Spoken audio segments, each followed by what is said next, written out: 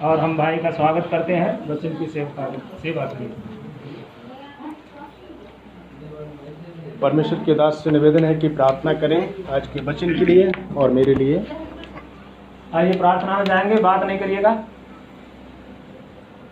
प्रेमी विश्वासों दयालु पिताजी, आपके चरणों में यीशु के नाम से धन्यवाद करते हैं। आपने सुबह से अब तक हमें संभाला, अपनी उपस्थिति में घेर के रखा और प्रभु जी आप हमारे मध्य में रहे, आराधना करने में सहायता की। हृदय से आभारी हैं प्रभु जी, आपका नाम महिमा पाए। इस समय जबकि प्रभु जी हम मेज में भाग लेने के लिए जा रहे हैं, सो प्रभु अपने वचन को हमारे लिए दीजिए। मेज में योग्य रीति से हम भाग ले सकें, मेज की वास्तविकता को जान सकें और उसके अनुरूप हम अपने जीवन को जी सकें। हमारे जीवन में बदलाव लाइएगा प्रभु जी। जिस उद्देश्य से आपने चुना हमें उसको पूरा करें प्रभु। अपने दास का आप अभिषेक करें पवित्र आत्मा जी के द्वारा, वचन उनके मुंह में डालिएगा और हम सबसे बोले और बात करें प्रभु जी। वचन के द्वारा हम सबको आशीष दीजिए। सो प्रभु जी इस प्रार्थना धन्यवाद को यीशु के नाम के द्वारा सुने और स्वीकार करें। आमीन। सभी भाई बहनों को जय मसीह की। कितने लोग तैयार हैं परमेश्वर का आज वचन सुनने के लिए? भाई आप तैयार हैं परमेश्वर का वचन सुनने के लिए? सब लोग तैयार हैं? जोर से बोले हालेलुया। प्रभु की स्तुति हो। मेरे साथ परमेश्वर का वचन निकालेंगे यूहन्ना रचित सुसमाचार और उसका 11 अध्याय और उसका हम 21 वचन पढ़ेंगे और उसके बाद 32 वचन पढ़ेंगे। मार्था ने यीशु से कहा, हे प्रभु, यदि तू यहाँ होता तो मेरा भाई कदापि न मरता। और 32 वचन। जब मरियम वहाँ पहुँची जहाँ यीशु था, तो उसे देखते ही उसके पांव पर गिर के कहा, हे प्रभु, यदि तू यहाँ होता तो मेरा भाई न मरता। परमेश्वर अपने वचनों के द्वारा हम सबको आशीष दे। यहाँ पर वचन सुनने के लिए तैयार रहें कि आज परमेश्वर का वचन हमसे क्या बात करना चाहता है। बहुत जरूरी है ये वचन, आंख और कान खोलकर सुने। बहनें दोनों अपने भाई के विषय में बात करती हैं यीशु मसीह से और दोनों का एक ही कहना है। क्या कहना है दोनों का? यूहन्ना 11 के 21 वचन में पहली बहन कहती है मार्था यीशु मसीह से कि हे प्रभु, यदि तू यहाँ होता तो मेरा भाई कदापि न मरता। यदि भाई नहीं मरता, यीशु मसीह कहाँ होता? परिवार में होता। आज कितने ऐसे परिवार हैं जहां पर यीशु मसीह नहीं है, बहनों का भाई खत्म हो चुका, आत्मिक मृत्यु मर चुका है, परिवार में यीशु मसीह नहीं है।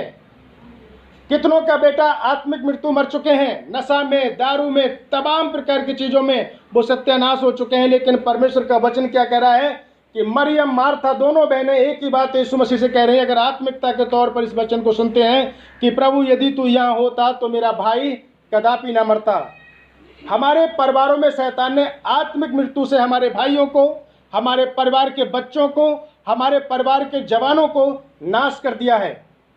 और परमेश्वर का वचन कहता है कि आज का वचन कि हमारे मसीह परिवारों में हमारे बच्चों की स्थिति क्या है, हमारे भाई कहाँ पर हैं आज।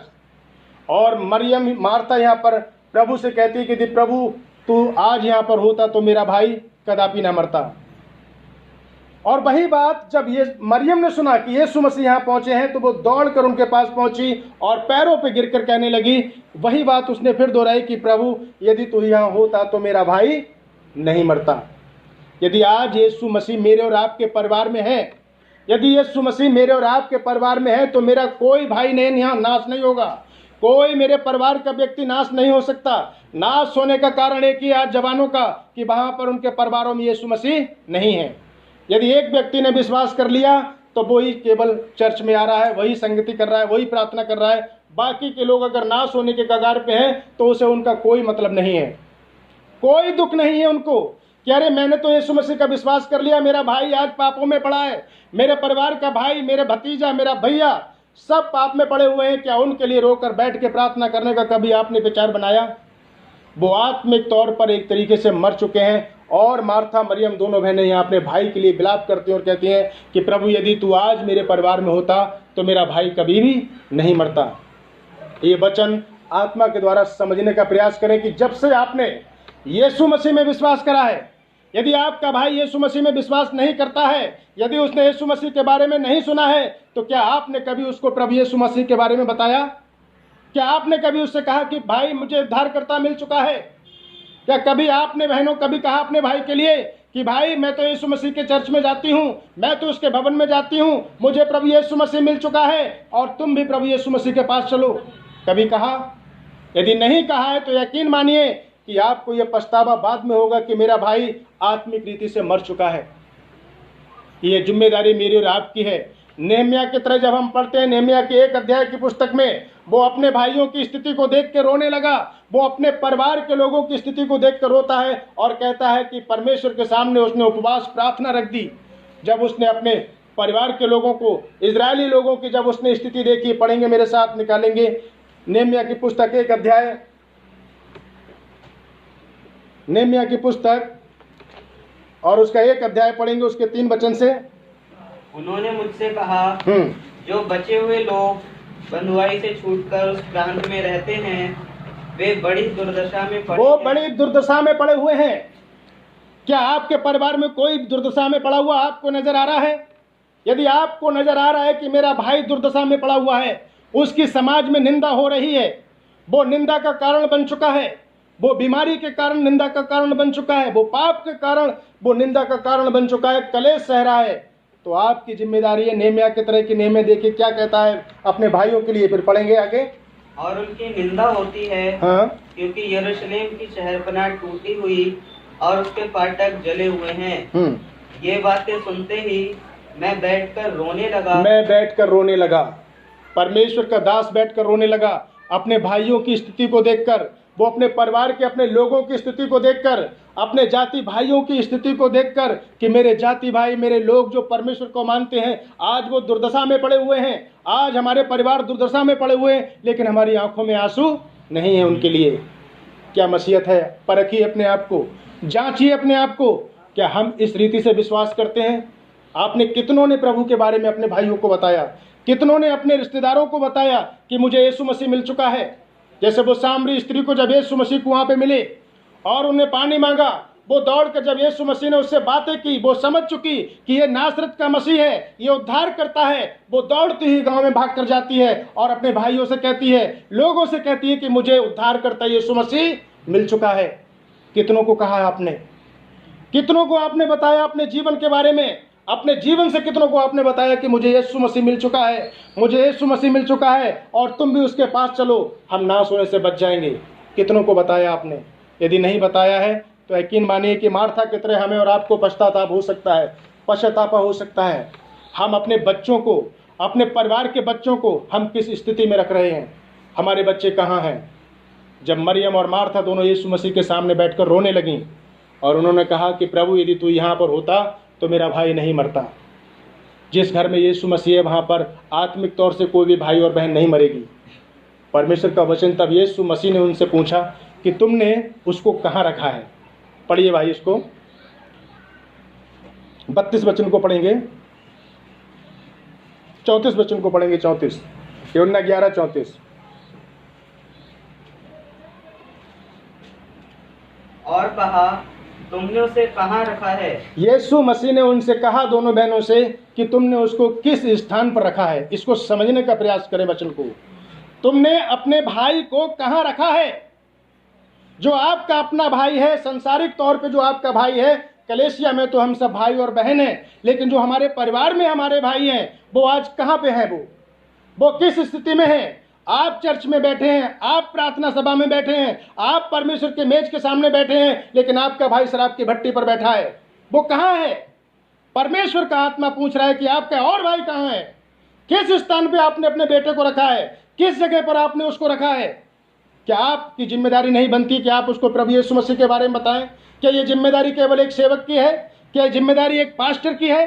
ये जिम्मेदारी आपकी भी बनती है, क्योंकि आपने यीशु मसीह को पा लिया है।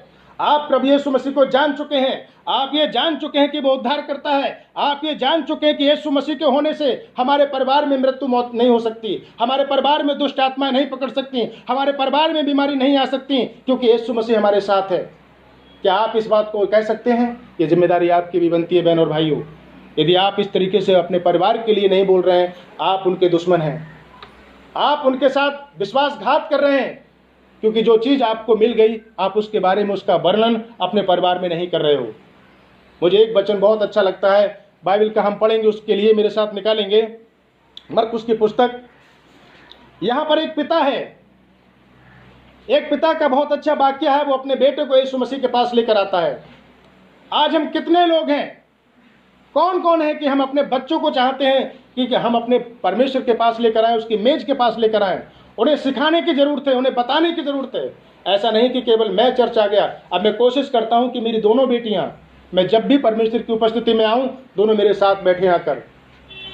मैं दोनों को परमेश्वर के मेज के सामने लेकर लाना चाहता हूं। मैं नहीं चाहता कि मेरे ना बताने के कारण मेरे बच्चे नाश ना हों। मेरी और आपकी जिम्मेदारी बनती है कि मैं अपने बच्चों को, हम अपने बच्चों को किस स्थान पर लेकर आ रहे हैं, क्या परमेश्वर के पास उनको लेकर आ रहे हैं। मेरे साथ निकालेंगे मरकुस की पुस्तक और उसका 9 अध्याय उसके 17 वचन से पढ़ेंगे। भीड़ में से एक ने उसे उत्तर दिया, हे गुरु, मैं अपने पुत्र को, जिसमें गूंगी आत्मा समाई है, तेरे पास लाया था। जहाँ कहीं वो उसे पकड़ती है वहीं पटक देती है, और वो मुंह में फेन भर लाता और दांत पीसता। यहाँ पर एक वर्णन दिया हुआ है, एक बच्चे में दुष्ट आत्मा है, एक बच्चे में गूंगी आत्मा है। वो गूंगी आत्मा हमारे परिवारों में भी है। वो गूंगी आत्मा जो यदि हम प्रार्थना करने के लिए कहते हैं तो बच्चों के मुंह नहीं खुलते हैं, उनके मुंह से धन्यवाद नहीं निकलेगा। वो देखने के लिए तो उनके पास मुंह है, लेकिन आत्मिक तौर से वो गूंगे बने हुए हैं। मसीह परिवारों के बच्चे जो यीशु मसीह को जानते हैं, उनके मुंह में गूंगी आत्मा बैठी हुई है, और हम लोग समझते हैं कि बच्चा शर्मा रहा है। वास्तविकता में उसके मुंह के अंदर दुष्ट आत्माएं बैठी हैं, जो कि धन्यवाद का निकालना उनके लिए संभवता नहीं है।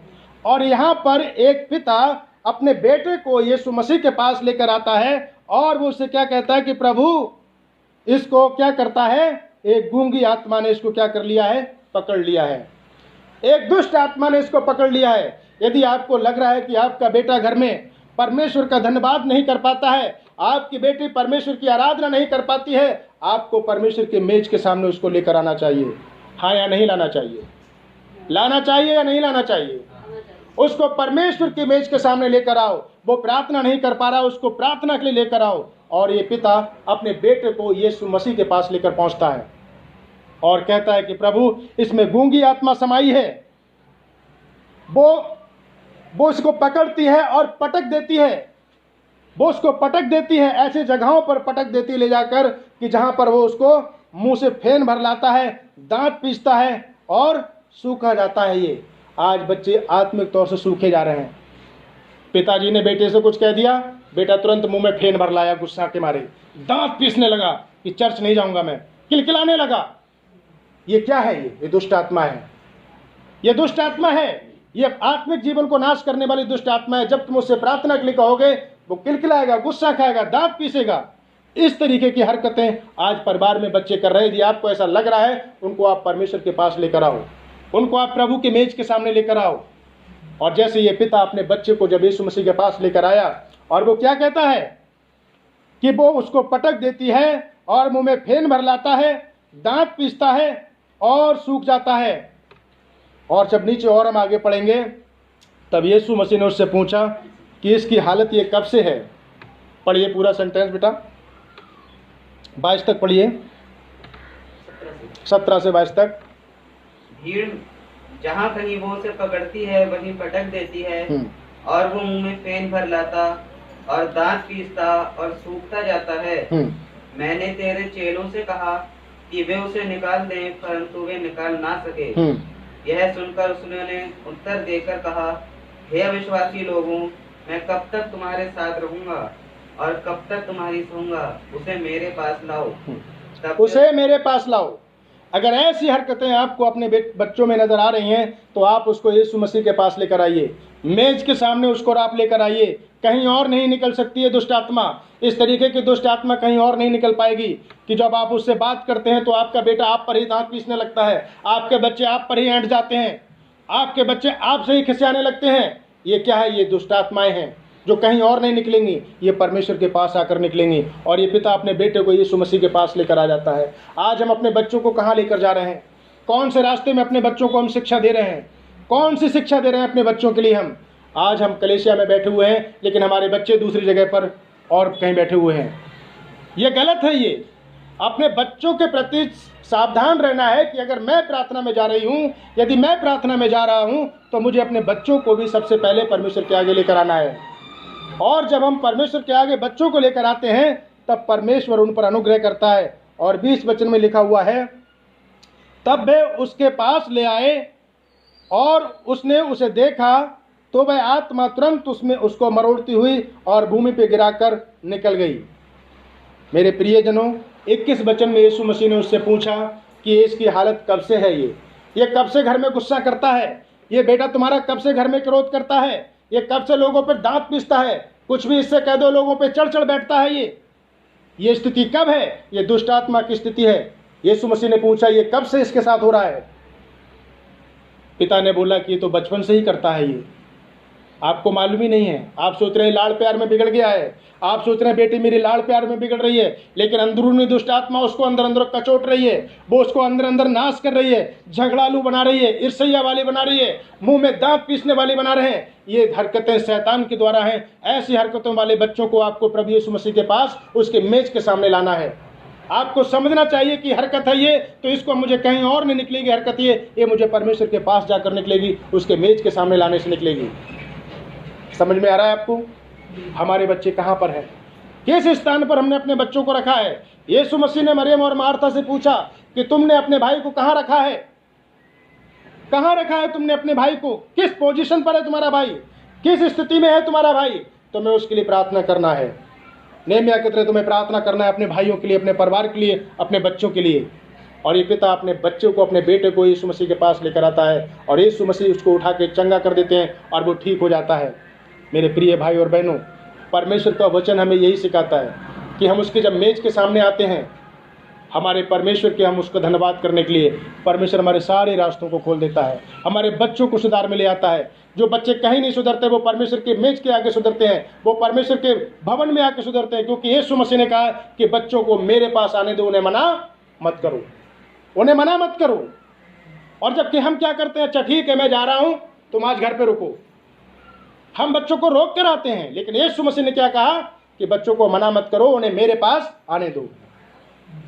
बच्चों को, जो समझदार बच्चे हो चुके हैं, जो जान सकते हैं प्रभु यीशु मसीह के बारे में, उनको प्रभु के पास लाना है। पढ़ेंगे लूका 18 उसके 16 वचन को। लूका 18 उसके 16 वचन में देखिए यीशु मसीह ने क्या कहा बच्चों के लिए।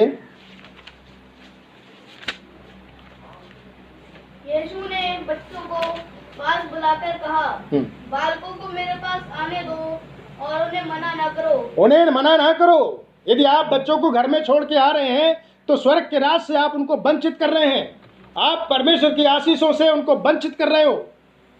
यदि आप अपने बच्चों को घर ही छोड़कर आ रहे हैं, तो आप सोच लीजिए कि आप परमेश्वर की आशीषों से उनको क्या कर रहे हैं, अलग कर रहे हैं। आप उनके अच्छे माता पिता नहीं हैं, आप उनके अच्छे माता पिता नहीं हैं। आप ये मत सोचिए कि आपके बच्चे घर रखा रहे हैं, वो घर नहीं रखा रहे हैं, बल्कि वो शैतान के काम पूरे कर रहे हैं। जबकि यीशु मसीह क्या कहते हैं, पढ़िए मरकुस में, सॉरी लूका 18 में 18-16 में, क्योंकि परमेश्वर का राज्य ऐसों ही का है। क्योंकि परमेश्वर का जो राज्य है वो ऐसों का ही है। आप जब बच्चों को घर छोड़ के आ रहे हैं, आप परमेश्वर के राज्य से उनको क्या कर दे रहे हैं, हटा दे रहे हैं। यदि बच्चा आपका समझदार है, 10, 12, 15 साल का है, आप उसको लेकर आइए, परमेश्वर की आज्ञाओं को सीखे, परमेश्वर के बारे में सीखे, यीशु मसीह के बलिदान के बारे में सीखे, वो उसके कुर्बानी के बारे में सीखे, वो उसके लहू बहाए जाने के बारे में सीखे, ताकि वो परमेश्वर के द्वारा उसके राज्य का पराक्रमी, वो उसके राज्य में सहभागी हो सके और उसके राज्य का वो अधिकारी बन सके। क्या हम लोग को ऐसा करना चाहिए बहनों, या नहीं करना चाहिए? या हमें अपने बच्चों को पीछे छोड़कर आना चाहिए? यीशु मसीह ने क्या कहा कि बच्चों को मेरे पास आने दो, क्योंकि स्वर्ग का राज ऐसों का ही है, इन्हीं का स्वर्ग का राज है। हमने अपने भाई और बहनों को कहाँ रखा है, किस स्थान पर हमने उन्हें रखा है? क्या हम उनको परमेश्वर के मेज के बारे में बताते हैं? क्या हम यीशु मसीह के बलिदान के बारे में बताते हैं? क्या उसकी गवाही के बारे में हम बताते हैं कि प्रभु यीशु मसीह ने मुझे गवाह बना के ठहराया है, उसने मेरे अपराधों को मिटा दिया, मेरे लिए वो क्रूस पर चढ़ गया, मेरे लिए वो बलिदान हो गया, जो दंड मुझे पापों का सहना चाहिए था वो यीशु मसीह ने सह लिया। कितने लोगों को आपने बताया यीशु मसीह के बारे में? कितने लोगों को बताया? आपने अभी अपने परिवार के सब लोगों को भी नहीं बताया होगा, जबकि ये जिम्मेदारी हमारी और आपकी है। उस सामरी स्त्री की तरह हमें दौड़कर अपने लोगों को बताना है कि मुझे यीशु मसीह मिल चुका है, मुझे उद्धारकर्ता मिल चुका है। मरियम मार्था की तरह यीशु मसीह पूछ रहे हैं आज आपसे भी कि आपने अपने परिवार के बाकी लोगों को कहाँ रखा है, अपने भाई को कहाँ रखा है। मेरे प्रिय और भाई बहनों, जहाँ पर यीशु मसीह की चर्चा जिस परिवार में नहीं होती है, जो माता पिता अपने बच्चों को यीशु मसीह की शिक्षा नहीं देते हैं, वो बच्चे नाश हो जाते हैं, वो बच्चे नाश हो जाते हैं। मैं एक उदाहरण बताऊंगा।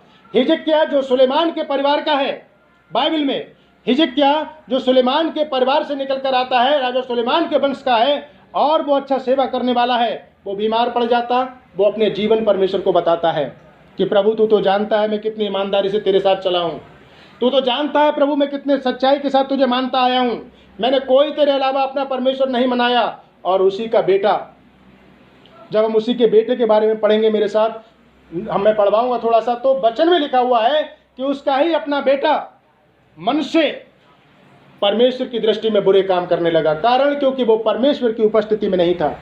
जब हमारे बच्चे परमेश्वर की उपस्थिति में हमारे साथ नहीं बैठते हैं तो वो परमेश्वर के बारे में सीख नहीं पाते हैं, वो सीख नहीं पाते। ये बहुत ज़रूरी है हमारे मसीह परिवारों के लिए जो यीशु मसीह को जान चुके हैं। ज़रूरी है कि जो हम यीशु मसीह के बारे में हम सीख रहे हैं वो हमारा बेटा भी सीखे यीशु मसीह के बारे में, वो हमारी बेटी भी यीशु मसीह के बारे में सीखे। यदि वो नहीं सीखेंगे तो वो परमेश्वर की दृष्टि में निरंतर बुरा करते चले जाएंगे। क्या आपको ये अच्छा लगेगा? अच्छा लगेगा भाई आपको? आप बताइए भाई, आपको अच्छा लगेगा? बहन आपको अच्छा लगेगा कि आप परमेश्वर के मेज के सामने हैं और आपका बच्चा जो है वो शैतान की दृष्टि में वो उसके काम पैदा कर रहा है, वो परमेश्वर की दृष्टि में काम बुरे कर रहा है? हमें अपने बच्चों को भी परमेश्वर की मेज में सहभागी होने के लिए बुलाना है, हमें उसकी दृष्टि में भी, ताकि ऐसा ना हो कि हम तो परमेश्वर के राज्य में बैठे और हमारे बच्चे नाश होने की कगार पे बैठे हुए हों। परमेश्वर का वचन इसीलिए यीशु मसीह ने कहा मरियम और मार्था से कि तुमने अपने बेटे भाई को कहाँ रखा है। आज ये ज़रूरी है, हमें जानना है, परखना है। मेरे साथ निकालेंगे थोड़ा सा वचन हम देखेंगे। और दूसरा इतिहास 33 अध्याय उसका 1 वचन, दूसरा इतिहास 33 अध्याय उसका 1 वचन पढ़ेंगे। जब मनश्शे राज करने लगा तो वह 12 वर्ष का था। यरूशलेम में 55 वर्ष का राज्य करता रहा। आप समझ रहे हैं वचन के लिए? बहन समझ में आ रहा है वचन? भाई परमेश्वर का वचन क्या कह रहा है कि जब मनश्शे, जब हिजकिय्याह खत्म हुआ तो उसका बेटा कितने साल का था? 12 साल का था। क्या हिजकिय्याह को नहीं चाहिए था कि वो 12 वर्ष की उम्र में भी अपने बच्चे को परमेश्वर की आज्ञा समझाए और उसे बताए कि बेटा जब मैं बीमार पड़ा था तब मेरी उम्र को परमेश्वर ने 15 साल बढ़ा दिया? तो क्या वो मन से परमेश्वर की आज्ञा का पालन न करता? क्या आप अपनी जो परमेश्वर के बारे में जो चमत्कार आपके लिए किए हैं, क्या वो आप अपने बच्चों को, अपने बेटों को बैठकर कभी बताते हैं? क्या परिवार में बैठकर आप उसकी चर्चा करते हो? ये मनश्शे, राजा हिजकिय्याह का बेटा मनश्शे कुल 12 साल का है, ये अभी बच्चा ही है। और इसका पिता जब मर जाता है तो देखिए आगे जब वो राजा बनता है तो क्या करता है, पढ़ेंगे आगे। उसने वह किया जो यहोवा की दृष्टि में बुरा था। उसने वही किया जो यहोवा की दृष्टि में बुरा था। मेरे प्रिय भाई और बहनों, आज हमारे और मसीह परिवारों के बच्चे कहाँ हैं, किस स्थान पे हैं वो रखे हुए? ये बहुत चिंता का विषय है। ये बहुत चिंता का विषय है कि एक 12 साल का बेटा, राजा हिजकिय्याह का बेटा, जो वो जान चुका है कि सब प्रकार की आशीषों से उसके बाप को परमेश्वर ने आशीषित किया था, और उसका बेटा क्या कर रहा है? जो परमेश्वर की दृष्टि में बुरा था वही काम कर रहा है, वो वही काम कर रहा है। क्या ये हिजकिय्याह की गलती नहीं है? क्या ये मेरी और आपकी गलती नहीं कि यदि मैं अपने बच्चों को परमेश्वर की ताड़ना अगर कठिनाई के साथ उनको नहीं बता रहा हूँ, यदि मैं उनको बैठ के परमेश्वर के बारे में शिक्षा नहीं दे रहा हूँ, यदि मैं परमेश्वर के द्वारा किए गए उपकारों के बारे में अपनी बेटी और बेटों को नहीं बता रहे हैं, तो यह किसकी गलती है? ये बच्चे मेरे और आपके द्वारा नाश हो जाएंगे, ध्यान रखिए, क्योंकि हम उनको बता नहीं रहे हैं। हमने उनको अलग जगह पे रख दिया है, हमने अपने आप से उनको अलग कर दिया है, जबकि परमेश्वर का वचन क्या कह रहा है कि बच्चों को मेरे पास आने दो, उन्हें मना मत करो। और यहाँ पर जब लिखा है दूसरा इतिहास में 33 उसके पहले वचन में कि मनश्शे 12 वर्ष का था और 55 साल का तक उसने राज्य करा इस्राएल पर, और परमेश्वर का वचन कह रहा है कि उसने निरंतर वही किया जो यहोवा की दृष्टि में बुरा था। हमारे और आपके बच्चे हमारे पीछे क्या कर रहे हैं? कितने कितने बड़े बच्चे हैं वो आपको मालूम होगा। आप प्रार्थना में बैठे हैं, आपके बच्चे घर में क्या कर रहे हैं? परमेश्वर आपको उन सबकी सहायता करे। और जब यहाँ पर परमेश्वर का वचन पढ़ते हैं 33 अध्याय उसके 10 वचन में पढ़ेंगे इसी का दूसरा इतिहास यहोवा ने मनुष्य और उसकी प्रजा से बातें की, परंतु उन्होंने कुछ ध्यान नहीं दिया। उन्होंने कुछ ध्यान नहीं किया। आगे जब पढ़ते हैं कि फिर परमेश्वर को बुरा लगा कि मैं तेरे पिता के साथ साथ रहा हूं, तेरे पिता ने मेरी सेवा की है। परमेश्वर उनसे बात करने की कोशिश कर रहा था उसके बेटे से, लेकिन इजराइल के लोगों ने, उस राजा मनुष्य ने कोई भी ध्यान नहीं दिया। फिर और जब आगे पढ़ेंगे, बहन पढ़िए। तब यहोवा ने उन पर अश्शूर के सेनापतियों, तब परमेश्वर ने उनको ऐसा कर दिया कि दूसरों के हाथों में बंधुआई में पहुंचा दिया। दूसरे के लोगों के द्वारा वो अत्याचार उनके ऊपर होने लगा। प्रियजनों, कहीं ऐसा ना हो कि हम यहाँ पर बैठे और हमारे बच्चों पर शैतान अत्याचार करता हो। परमेश्वर के द्वारा आप इसको समझना है कि आप कितना परमेश्वर के लिए मान रहे हैं और आपके बच्चे कितना आपके साथ बैठकर प्रार्थना कर रहे हैं। यदि आप बच्चों के लिए भी साथ लेकर प्रार्थना नहीं कर रहे हैं, यदि परिवार में आपकी मेज के सामने प्रार्थना नहीं हो रही है, यदि आपके बच्चे परमेश्वर के मेज के सामने नहीं आ रहे हैं, तो बहन आप जान लीजिए कि परमेश्वर के द्वारा आपके बच्चों को जो नुकसान हो सकता है, परमेश्वर के द्वारा वो बच्चे अलग हो चुके हैं, शैतान उनको घात कर सकता है। भाई, इसको समझना है हमें कि हमारे बच्चे आज किस मुकाम पर बैठे हुए हैं और वो कहाँ पर हैं। और परमेश्वर का वचन कहता है कि फिर उसके बाद क्या हुआ कि परमेश्वर ने उसके लिए क्या कर दिया, दूसरे लोगों के हाथों में सौंप दिया, नाश करने वालों के हाथों में सौंप दिया। और जब आगे पढ़ते हैं, जब काफी बुराइयां बढ़ गईं, तब वो लौट कर आया है। तब लौट कर आया वो परमेश्वर, फिर उसको बुला के लेकर आता है, फिर मनुष्य को वो माफ कर देता है। बड़े अत्याचार होने के बाद तब अगर परमेश्वर के द्वारा, अगर वो कान पकड़ने के द्वारा हम वापस आए तो क्या फायदा निकलेगा। अगर परमेश्वर कान पकड़ के हमें वापस लाए, हम पर अत्याचार कराकर वापस लाए, हम बीमार पड़ के परमेश्वर के भवन में आए या और परेशानियों में पड़कर हम परमेश्वर के भवन में आए, तो उससे क्या फायदा है। इससे पहले हम अपने बच्चों को परमेश्वर के बारे में गहराई के साथ बताएं। प्रभु अपने वचनों पर आशीष दे। परमेश्वर आपको समझने का पवित्र आत्मा दे कि ये वचन आपके लिए कितना जरूरी है, ये वचन मेरे लिए कितना जरूरी है कि परमेश्वर का आत्मा क्या कह रहा है। हम लोग एक वचन और देखेंगे, उसके बाद में हम परमेश्वर की मेज की तरफ जाएंगे। उससे जांचेंगे हम अपने आप को और अपने परिवार के लिए कि परमेश्वर का वचन हमारे लिए क्या कह रहा है। मेरे साथ निकालेंगे पहला शमूएल और उसका 8 अध्याय,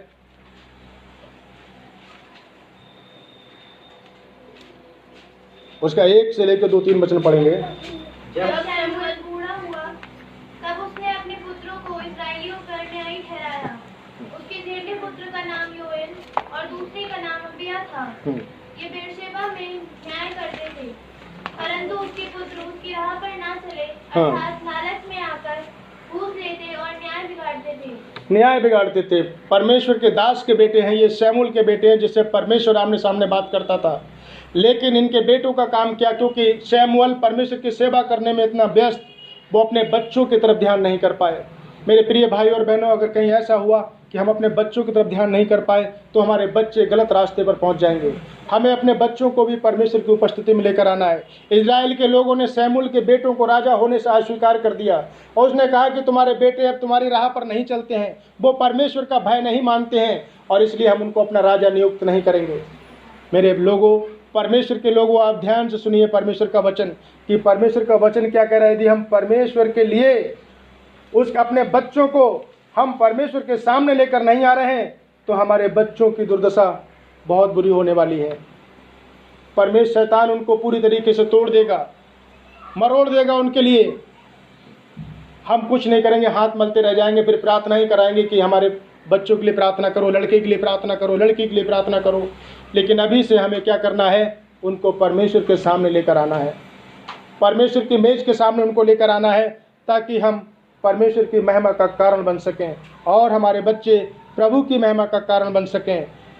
और मेरे साथ एक चैप्टर और पढ़ेंगे हम, पहला शमूएल 2 अध्याय और उसके 22 वचन को और पढ़ेंगे। एली तो अति बूढ़ा हो गया था। यहाँ पर भी एक घटना ऐसी है, परमेश्वर का मानने वाला व्यक्ति है, वो प्रभु की सेवा करता है और उसके भी 2 बेटे हैं। यीशु मसीह ने क्या कहा मरियम और मार्था से कि तुमने अपने भाई को कहाँ रखा है। एली ने अपने बेटों को कहाँ रखा है, आपने अपने बेटों को और अपने भाइयों को, अपनी बहनों को कहाँ रखा है। ये परमेश्वर के वचन से अपने आप को क्या करना है, जांचना है, परखना है अपने आप को कि परमेश्वर का वचन क्या कह रहा है। क्योंकि परमेश्वर का वचन मेरे साथ निकालेंगे, पढ़ेंगे पहला शमूएल 2 अध्याय उसके 22 वचन को। एली तो अति बूढ़ा हो गया था और उसने सुना कि उसके पुत्र सारे इस्राएल से कैसा कैसा व्यवहार करते हैं। वरन मिलाप वाले तंबू के द्वार पर सेवा करने वाली स्त्रियों के संग कुकर्म भी करते हैं। तब उसने उनसे कहा, तुम ऐसे ऐसे काम क्यों करते हो? तुम ऐसे ऐसे काम क्यों करते हो? परमेश्वर के साथ सेवा टहल करने वाले लोगों के साथ भी एली के बेटों का बुरा व्यवहार था, जबकि एली परमेश्वर की सेवा करने वाला था। मेरे प्रिय भाई और बहनों, आगे जब इस चैप्टर को पूरा पढ़ते हैं तो आप देखेंगे कि एक ही दिन में बाप और दोनों बेटे एक ही दिन में परमेश्वर के द्वारा नाश हो गए, एक ही दिन में दो मारे गए। परमेश्वर ने कहा कि तेरे बेटे जो बुरा काम करते हैं, इनका बलिदानों से भी कोई मतलब नहीं है, इनके लिए तू चाहे रात दिन प्रार्थना करना तो भी मैं इनके पापों को, इनके अधर्म को क्षमा नहीं करूंगा। मेरे प्रिय भाई और बहनों, इस वचन को आप समझें कि हमारे परिवार के और बाकी लोग कहाँ हैं, और लोग कहाँ हैं, किस स्थान पर हैं वो। यदि वो नहीं आ सकते उनके लिए प्रार्थना करें, नेहमिया की तरह प्रार्थना करें, अपने भाई बहनों के लिए फास्टिंग रख के प्रार्थना करें ताकि वो नाश ना हो। उनकी पड़ी हुई दुर्दशा के लिए प्रार्थना करें, उनके पापों के लिए प्रार्थना करें। परमेश्वर की मेज के सामने अपने आप को जांचें और परखें, क्योंकि परमेश्वर का वचन कहता है यदि हम अपने आप को जांचते तो दंड नहीं पाते। आज ये हमें और आपको जांचना है कि मेरे बाकी के लोग और कहाँ हैं। क्या उनको उद्धार की जरूरत नहीं है? क्या उनको परमेश्वर की जरूरत नहीं है? ये बता दीजिए आप। जो आपने पाया है, कि आप नहीं चाहते कि आपके परिवार वाले भी वो शांति पाएं, या आपके बच्चे भी उस अनुग्रह को पाएं यीशु मसीह के, जो वो अनुग्रह आप पर हुआ है। ये मुझे और आज आपको समझना है कि परमेश्वर का वचन मेरे और आपके विषय में क्या कह रहा है, हमारे और आपके परिवार के बारे में परमेश्वर का वचन क्या कह रहा है। प्रभु अपने वचन के द्वारा हम सबको जांचने और समझने का मन दे। पहला कुरिन्थियों 11 अध्याय में हम देखते हैं इसी प्रकार से परमेश्वर का वचन कहता है, 11 अध्याय उसके 28 वचन को पढ़ेंगे। पहला कुरिन्थियों 11 अध्याय उसके 28 वचन को। इसलिए मनुष्य अपने आप को जांच ले। इसलिए बहन अपने आप को जांच लो, भाई अपने आप को जांच लो। कहीं ऐसा ना हो कि हम परमेश्वर के द्वारा दंड पाएं, कहीं ऐसा ना हो कि हमारे परिवार वाले भी दंड के सहभागी हो सकें। इसलिए मनुष्य अपने आप को जांच ले और परख ले, और इसी रीति से इस रोटी में से खाए और इस कटोरे में से पिए, और तब इस कटोरे में से पियो। यदि परमेश्वर ने पूरी तरीके से आपको तैयार किया है, यदि परमेश्वर आपको चाहता है, यदि आपने अपने पापों का अंगीकार किया है, आपके बहन भाइयों के प्रति आपके मन में दया सहनशीलता है, आप चाहते हैं कि वो भी उद्धार पाएं, परमेश्वर के वचन के द्वारा अपने आप को जांच लें और परख लें। तब इस रोटी में से खाएं, तब इस मेज में से अपने आप को सहभागी करें, तब इस परमेश्वर की मेज का मतलब समझकर इसके मतलब को बिना समझे आप इसकी मेज में सहभागी ना हो। परमेश्वर को पूरी तरीके से समझ जाएं, क्योंकि परमेश्वर का वचन कहता है उसके 31 वचन में 11:31 में कि यदि हम अपने आप को जांचते तो दंड नहीं पाते। हमें अपने आप को जांचना और परखना है। परमेश्वर की मेज के सामने है, हमारे बच्चे कहाँ पर हैं, हम कहाँ पर हैं, हमारे परिवार के और बाकी लोग कहाँ पर हैं, हमारे बहन भाई कहाँ पर हैं। अरे मैं क्या अपने आप ही अकेले बैठा हुआ हूँ चर्च में? एक घटना बाइबल में देखते हैं कि जब एक अमीर व्यक्ति मर के ऊपर पहुँचता है, तब वो कहता है कि हे प्रभु, इब्राहिम से कहता है कि तू इसको नीचे भेज दे लाजर को, ताकि मेरे भाइयों को भी जाके बता दे। वो तो घोर अंधकार कर रहे हैं, वो तो अंधकार का जीवन बिता रहे हैं, वो तो एकदम बुरी आदतों में है फंसे हुए, वो नाश होने के कगार पे हैं। और उसको जाकर ऊपर पता लगता है कि अरे ये तो स्वर्ग है और ये नरक है। तब वो अपने भाइयों के लिए रोता और विलाप करता है। मेरे प्रिय भाई और बहनों, जांच लेना है अपने आप को कि मेरे और बाकी भाई और बहन कहाँ हैं, क्या हम उनके लिए प्रार्थना करने वाले लोग हैं। परमेश्वर का वचन कह रहा है यदि हम अपने आप को जांचते तो दंड नहीं पाते। हमें परमेश्वर के मेज के आगे आकर अपने आप को जांचना है कि मैं और मेरा परिवार, मैं कहाँ पर हूँ और मेरे लोग कहाँ पर हैं। क्या हमने अपने पापों के पश्चाताप पाकर, हमने उद्धार पाकर, क्या हम अपने बहन भाइयों के उद्धार का कारण बन रहे हैं या नहीं बन रहे हैं। इसलिए हमें अपने आप को जांचना और परखना है परमेश्वर के वचन के द्वारा। प्रभु इन वचनों के द्वारा हम सबको बड़ी आशीष दे और अपने अनुग्रह में संभाले। सभी को जय मसीह की। प्रभु का धन्यवाद हो, बहुत ही सुंदर वचन हमारी आवश्यकता के अनुसार प्रभु ने दिया अपने दास के द्वारा। और